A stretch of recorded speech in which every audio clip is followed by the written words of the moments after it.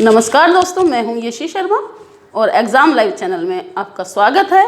यण संधि आज शुरू होने जा रही है।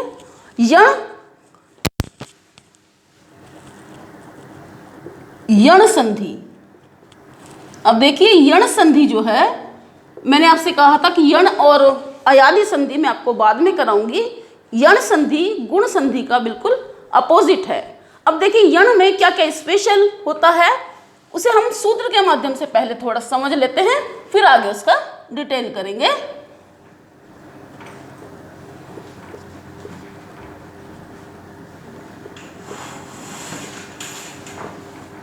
इको यण ची, अर्थात ये सूत्र है, फार्मूला है, इक को यण हो जाता है अची पदे रहने पर। यानी क्या मतलब हुआ, पहले इक होगा, फिर यण हो जाएगा, बाद में अच होगा।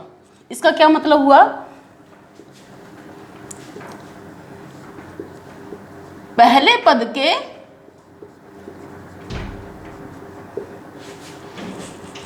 अंत में इक होगा,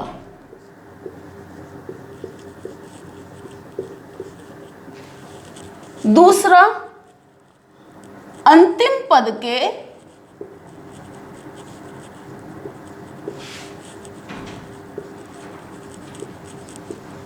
शुरू में अच होगा।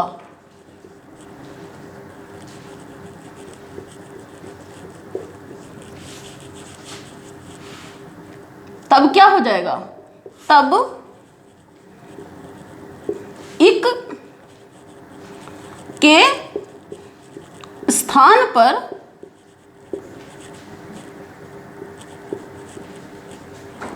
अच हो जाएगा।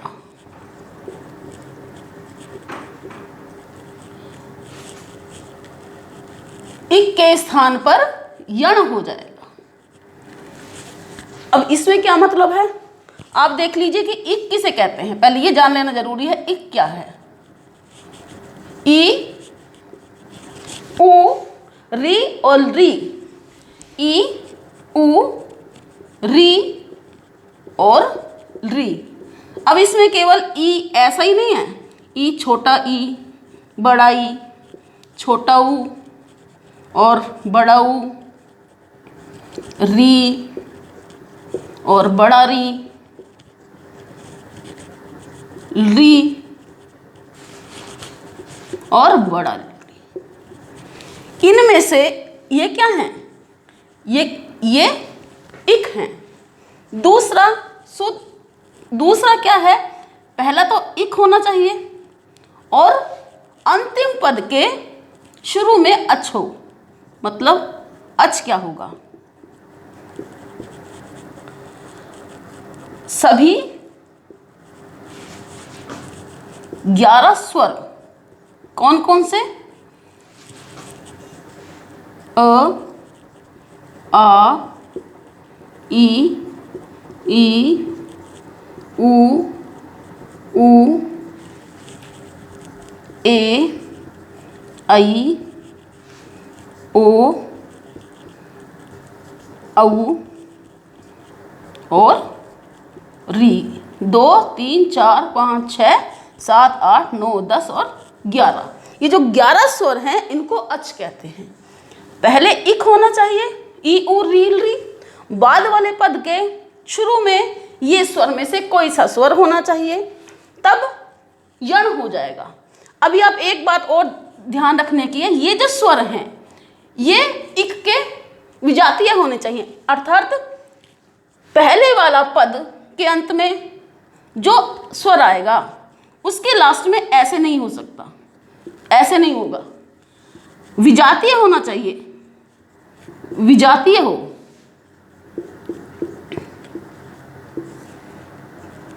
इक के बाद में विजातीय स्वर हो, तब क्या होगा, इक को यण हो जाएगा। अर्थात पहले पद के अंत में इक हो, ई उ री री हो, बाद वाला जो पद है उसके शुरू में कोई स्वर हो, विजातीय स्वर हो, तब इक को यण हो जाएगा। इक को यण हो जाएगा। आइए देखते हैं इक को यण किस प्रकार से होगा।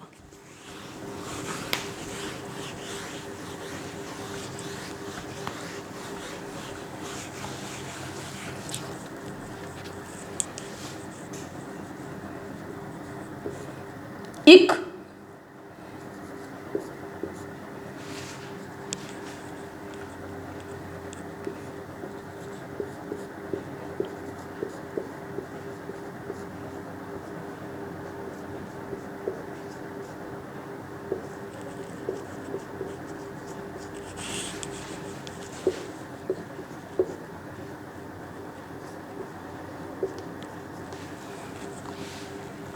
ई को य, ऊ को व, री को र,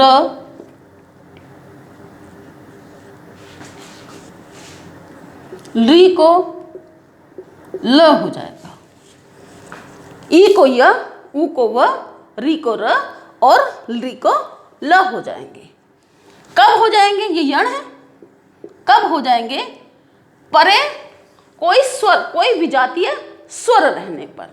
तो आप समझ गए होंगे, पहले इक होना चाहिए, बाद वाले जो पद है उसका शुरू में कोई विजातीय स्वर होना चाहिए, तब इक को यण हो जाएंगे।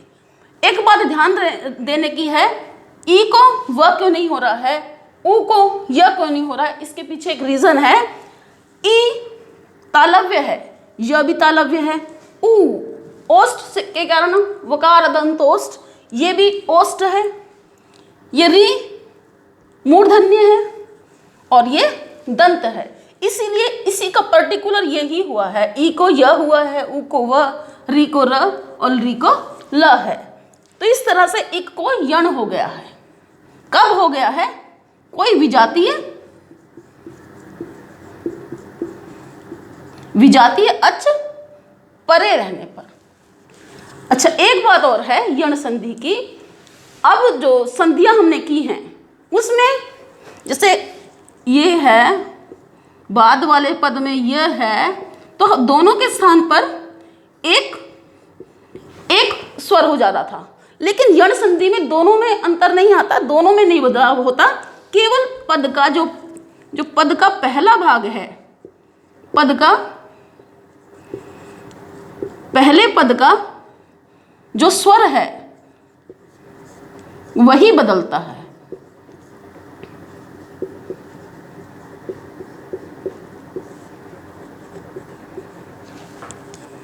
और बाद वाला जो पद है, बाद वाले पद का जो पहला वर्ण है, पहला स्वर है,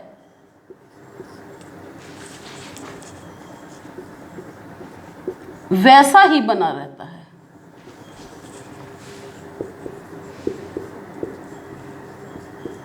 मतलब यह है कि और संधियों की तरह इसमें दो स्वर को मिलकर एक स्वर नहीं हो रहा है, बल्कि इसमें पहले संधियां तो हो रही हैं, लेकिन बाद वाला एज इट इज रह रहा है और पहले वाला जो स्वर है, इक है, उसमें ही चेंज होगा। तो यही यण संधि की विशेषता है। अब आइए देखते हैं यण संधि के कुछ उदाहरण, जिससे ज्यादा थोड़ा सा समझ में आएगा। प्रत्यक्ष,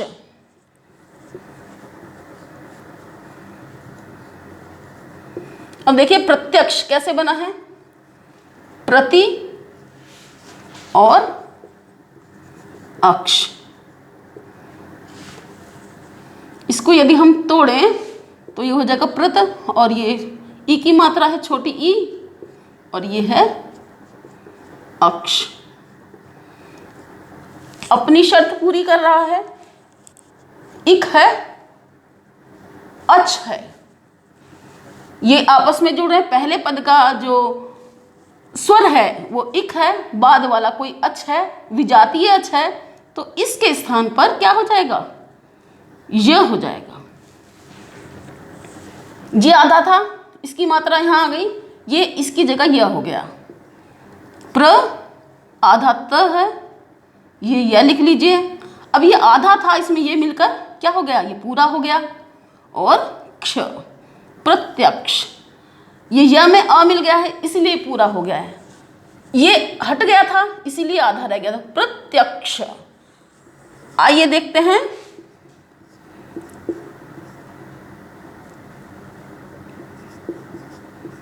प्रत्युत्तर, प्रति उत्तर। अब देखिए प्रथ है, ई की मात्रा अलग कर लीजिए, ई के बाद में जो अच है वो विजातीय है, इन दोनों को जोड़ने से ई क्या हो जाएगा, य हो जाएगा। तो कैसे बना, प्रथ आधत और ई की जगह क्या हो गया, य हो गया। जब इसमें ऊ हो गया तो क्या हो, छोटा ऊ हो गया, ये तर। ठीक है, प्रत्युत्तर। ऊ इसमें मिल गया था इसीलिए। अब देखिए एक अगला लिखते हैं रीत के अनुसार।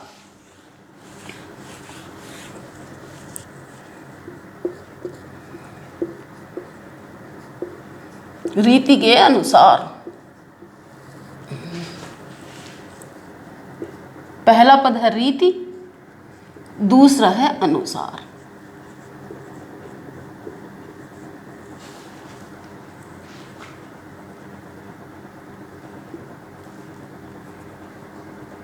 ऐसे लिखते हैं रीति, और ऐसे हो गया अनुसार। इसको अलग तो करना है। पहले हो गया रीत और छोटा ई और अनुसार। इक है, अच है, कौन से हैं, विजातीय, विजातीय अच है, अ। भिन्न स्वर है तो क्या हो जाएगा, यण हो जाएगा, य हो जाएगा। तो कैसे हुआ, री आधा त, य में क्या मिल गया, अ मिल गया, तो कैसे पूरा हो गया, नु सार, रीत्यनुसार। आगे करते हैं अत्यधिक। अत्यधिक, अत्यधिक को किस तरह से लिखा जाएगा, अति और अधिक। अथ हो गया, ई हो गया, अ हो गया, धिक। ई है, अ है, दोनों का योग हुआ, ये विजातीय स्वर है इससे, तो क्या हो जाएगा, ई को य हो जाएगा। तो कैसे लिखा जाएगा,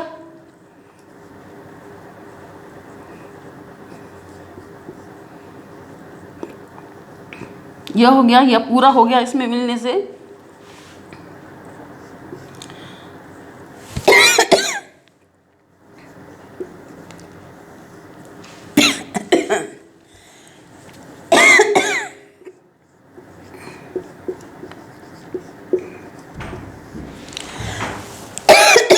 अत्यधिक हो गया। अब देखिए अत्यावृष्टि, बहुत ज्यादा बारिश हो जाना, अत्यावृष्टि है, उसको ही करके देखते हैं पहले।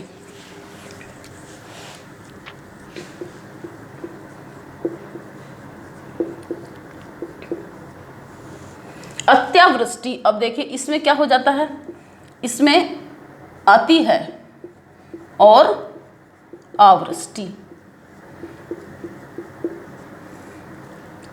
अति में ये अत है, ई अलग कर लीजिए, और आवृष्टि। ई है, उसके बाद अच आया, भिन्न स्वर है, विजातीय स्वर है, तो दोनों को मिलाने से कुछ नहीं होगा, ई को य हो जाएगा। तो कैसे लिखा जाएगा, ये आधा हो गया है, य अ मिलने से पूरा हो गया है, और वृष्टि, अत्यावृष्टि। अध्यक्ष। अगला करते हैं अध्यक्ष।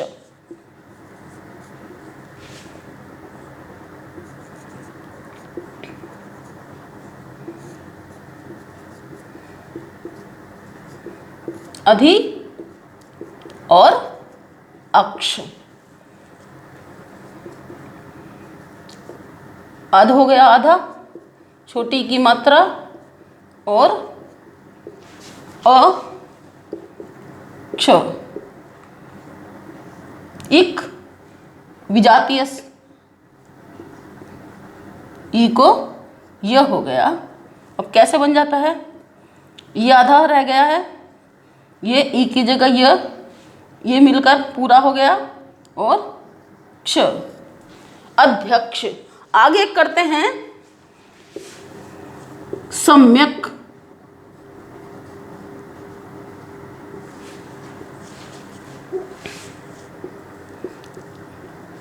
ये होता है समीकरण वाला, समी और अक। तो कैसे हुआ? ये बड़ी की मात्रा है, इसको अलग कर दीजिए, सम को। ई हो गया, अ हो गया, और क। ई और अ मिला। मैंने कहा था ना, छोटा ई और बड़ा ई कोई सा भी हो तो ये ई की जगह क्या हो जाएगा? य हो जाएगा। तो कैसे बना? आधा म रह गया, ई की जगह य आ गया, य में अ मिलकर पूरा है, और सम्यक। उसी प्रकार से प्रत्यक्ष।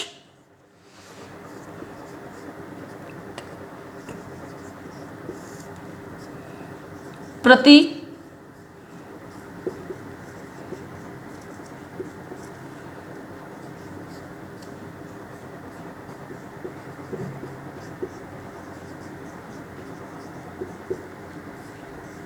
ई को य हो गया, अच परे रहने पर।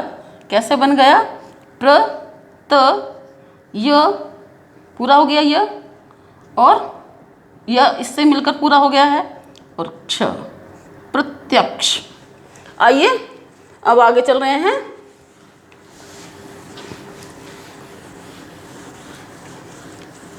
अब कुछ उदाहरण ऐसे देख लेते हैं जो ऊ से रिलेटेड हो। जैसे है ये स्वागत, आपने देखा होगा स्वागत शब्द। ऊ को क्या हो जाता है? वह हो जाता है अच परे रहने पर। यानी कि पहले पद के अंत में जब ऊ हो, छोटा या बड़ा कोई भी ऊ हो, तब बाद में अच होने पर ऊ को क्या हो जाता है? वह हो जाता है। अब देखिए, सबसे पहले पद के अंत में छोटा ऊ है, बाद वाले में आगत विजातीय कोई स्वर है, तो कैसे लिखा जाएगा? स ऊ हटा दीजिए, और आगत। विजातीय अच परे रहने पर ऊ को क्या हो जाएगा? वह हो जाएगा। तो कैसे? इससे तो आधा है, वह हो गया, वह में आ गया, पूरा हो गया, ग और त, स्वागत। उसी प्रकार से देखते हैं स्वच्छ।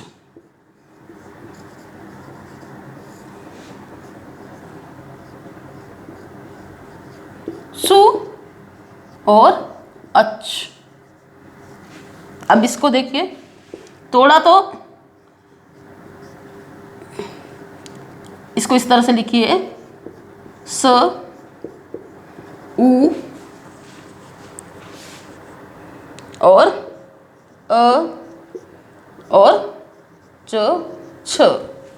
स आधा है, उ और अ इनकी संधि हुई। ये अच है, विजातीय अच है, ये उ है, केवल उ बदला और व बन गया।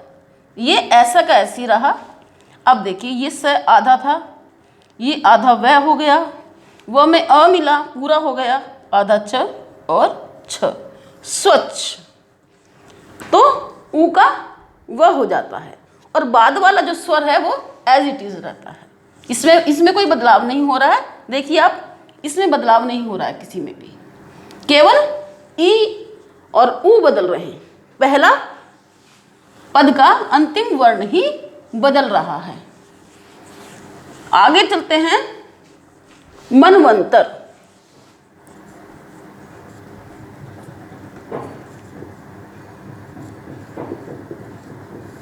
अब देखिए मनवंतर में भी इसी प्रकार से है, मनु और अंतर।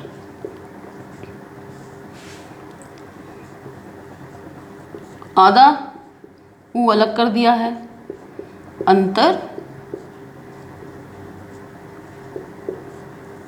इसी प्रकार से है। ये पहले पद का अंतिम स्वर है और इसका प्रथम है। इन दोनों का योग हुआ, केवल ऊ को वह हो गया। ये एज इट इज रहेगा। तो कैसे होगा, म आधा न, ये ऊ की जगह व, और ये क्योंकि पूरा हो गया है इससे मिलकर, इसीलिए ये अ नहीं लिखा जा रहा और लास्ट में अंतर, मनवंतर। तो इस तरह से ऊ को वह हो रहा है, बाद वाला स्वर एज इट इज रहेगा क्योंकि उसमें कोई अंतर नहीं होना। अब देखिए एक, अभी तो ये देखा है ऊ को वह हो जाना, मैंने इसमें एक और लिखा है, री को र हो जाता है, री को र हो जाता है। इसी के देखें उदाहरण, पित्राज्ञा। अब देखिए इसमें क्या है, पितृ आज्ञा, ये री है,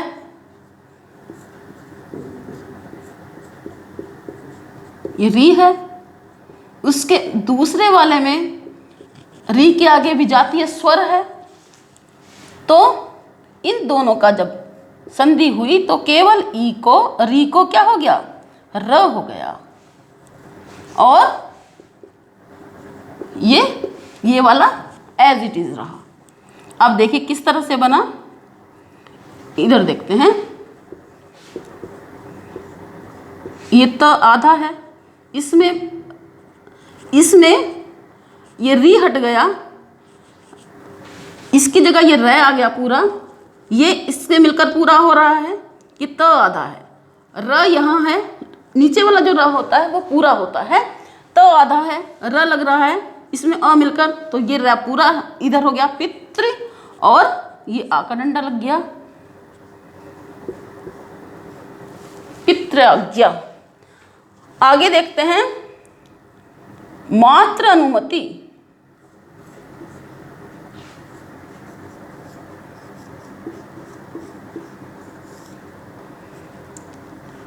मातृ और अनुमति, ये क्या है, मात री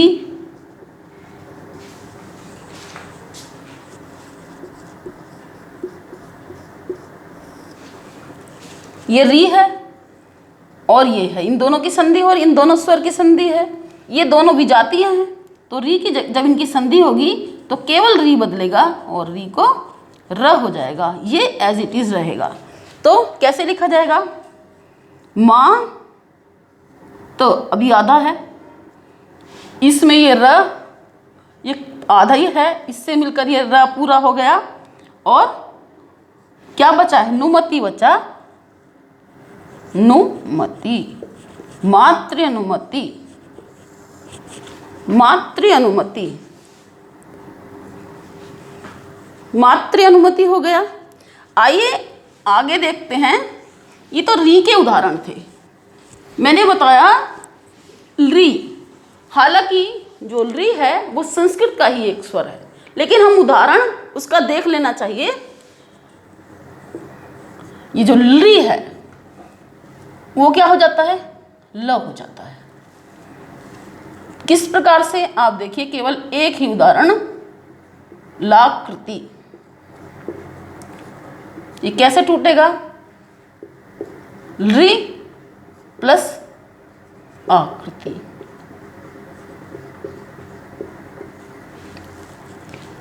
ये दोनों क्या हैं? विजातीय स्वर हैं। ये इक है, केवल इन दोनों के जुड़ने पर केवल इसमें चेंज हो रहा है, क्या बन रहा है? ल बन रहा है। तो कैसे बना? इसमें ये मिल गया, ये पूरा हो गया, आ था पूरा हो गया, लास्ट में क्या बचा? कृति, लाकृति। इस प्रकार से ये नियम है यण संधि के। एक छोटा सा, अगर आप चाहें कि कुछ एक ट्रिक है, कुछ एक शॉर्ट ट्रिक बता सकते हैं कि यण संधि में एक खास पहचान भी है जो आप शब्द को देखकर भी जान सकते हैं। ये डिटेल जाननी जरूरी है, उसके बाद ही आप डिटेल उस शॉर्ट ट्रिक को जानें। अगर केवल शॉर्ट ट्रिक से जानना चाहें तो वो गलत है, क्योंकि डिटेल हमें पता होनी चाहिए हर चीज़ की। तो आइए कुछ एक ट्रिक्स हैं इसको पहचानने की। देखिए,